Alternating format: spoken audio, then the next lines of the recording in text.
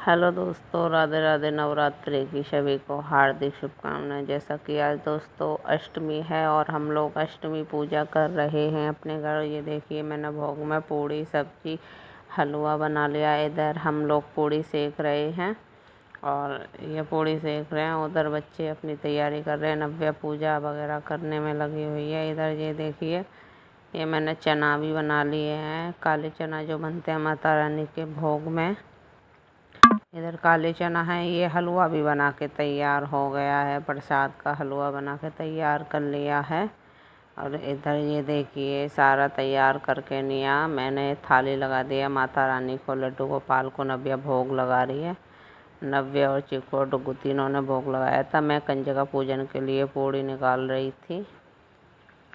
ये लड्डू हमारे माधव बैठे हुए हैं।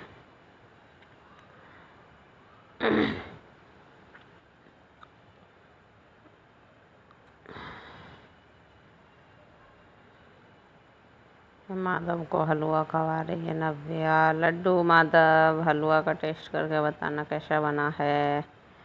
लड्डू माधव ने हलवा खा लिया है। प्रसाद का भोग लग गया है, माता रानी का सबका भोग लगा दिया है। नव्या ने लड्डू गोपाल का, बाबा श्याम का भी भोग लगा दिया। और अभी नव्या थोड़ी देर में कंजका लेने जाएगी कन्या पूजन के लिए। ये देखिए, माता रानी का भी भोग लगा रही है। पहले लड्डू का लगाया, फिर माता रानी का लगा रही है। छोटी है अभी। करो।